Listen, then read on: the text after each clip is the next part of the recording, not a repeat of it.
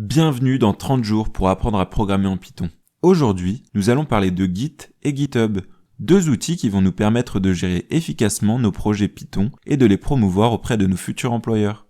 Il est très important de bien documenter et de garder une trace de ces projets. Quand j'ai commencé à programmer, je n'ai pas pris le temps de me former correctement à ces outils qui paraissent impressionnants au premier abord. Aujourd'hui, je regrette de ne pas l'avoir fait et je n'ai aucune trace présentable des projets que j'ai créés et dont j'étais fier. Dans cette vidéo, je vais tout faire pour que vous vous sentiez à l'aise avec ces outils et que vous ne commettiez pas la même erreur que moi.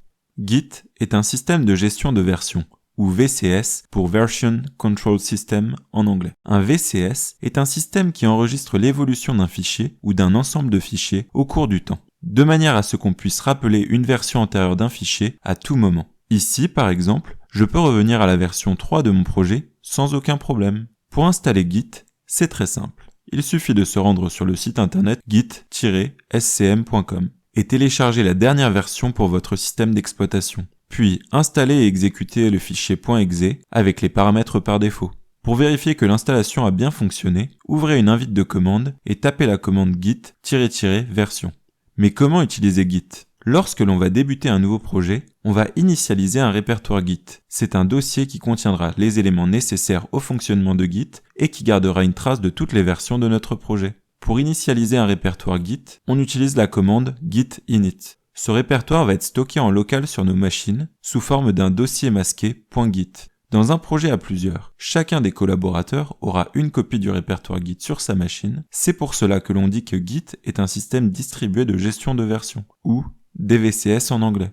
À partir du répertoire Git, on va obtenir le répertoire de travail. C'est une extraction unique d'une version du projet, en général la dernière version, qui est placée sur le disque pour pouvoir être utilisée et modifiée. C'est sur cette version du projet que l'on va pouvoir coder. Les fichiers de notre répertoire de travail vont pouvoir se retrouver dans différents états. Quand les fichiers de notre répertoire de travail correspondent à la dernière version de notre projet dans le répertoire Git, alors ils sont dans l'état validé. Mais lorsque l'on va apporter des modifications à un projet, les fichiers sur lesquels on travaille vont passer du statut validé à modifié, puisqu'ils ne correspondent pas à la dernière version de notre projet dans le répertoire Git.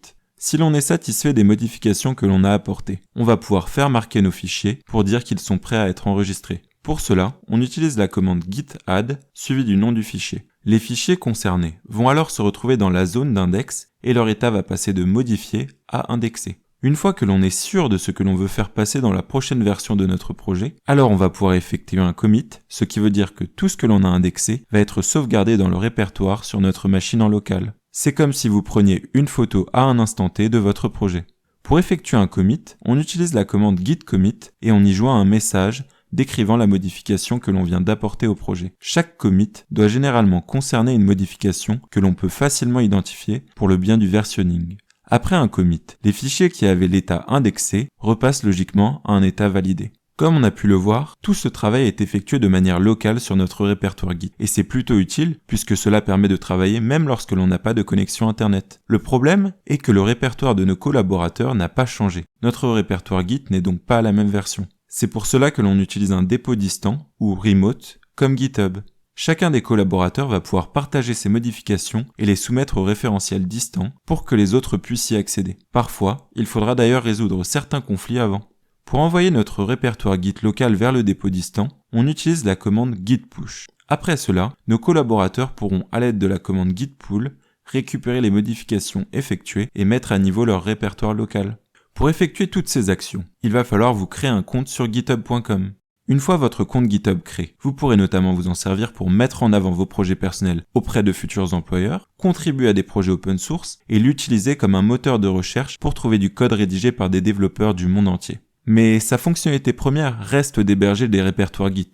D'ailleurs, vous allez pouvoir créer un répertoire directement sur la plateforme. Cela revient à faire exactement ce que l'on a fait précédemment avec la commande git init. En revanche, ce répertoire existe seulement sur la plateforme pour l'instant. Il va donc falloir en ramener une copie sur votre machine. Pour cela, on va créer un dossier en local où l'on souhaite stocker notre projet. Puis, depuis ce dossier, on utilise la commande git clone suivie de l'URL du répertoire que l'on peut retrouver sur la plateforme. À partir de ce moment, je dispose en local de tout ce qui était en ligne au moment où j'ai cloné le répertoire Git. On peut d'ailleurs voir qu'un dossier masqué .git est apparu dans notre dossier de travail.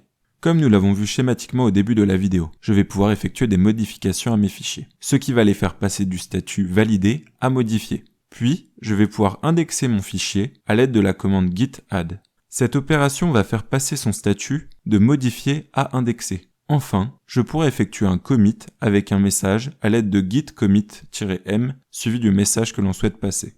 Maintenant que les modifications ont été enregistrées sur ma machine, il va falloir que je les soumette au référentiel distant hébergé sur GitHub. Pour cela, j'utilise la commande git push. Avec la commande git log, je peux consulter les différentes modifications qui ont été effectuées lors des anciens push. Sur la plateforme GitHub, je peux également retrouver ces différents logs, ainsi que des détails les accompagnant. Dans l'interface de VS Code, je peux également retrouver la timeline des modifications qui ont été effectuées et de manière visuelle, me rendre compte des passages exacts qui ont été modifiés. Et voilà, vous avez désormais une idée claire du fonctionnement basique de Git et GitHub. Mettez cette vidéo en favori pour pouvoir y revenir plus tard. Dans la prochaine vidéo, nous allons découvrir comment mettre en place un environnement virtuel. Alors abonnez-vous pour ne pas rater cela.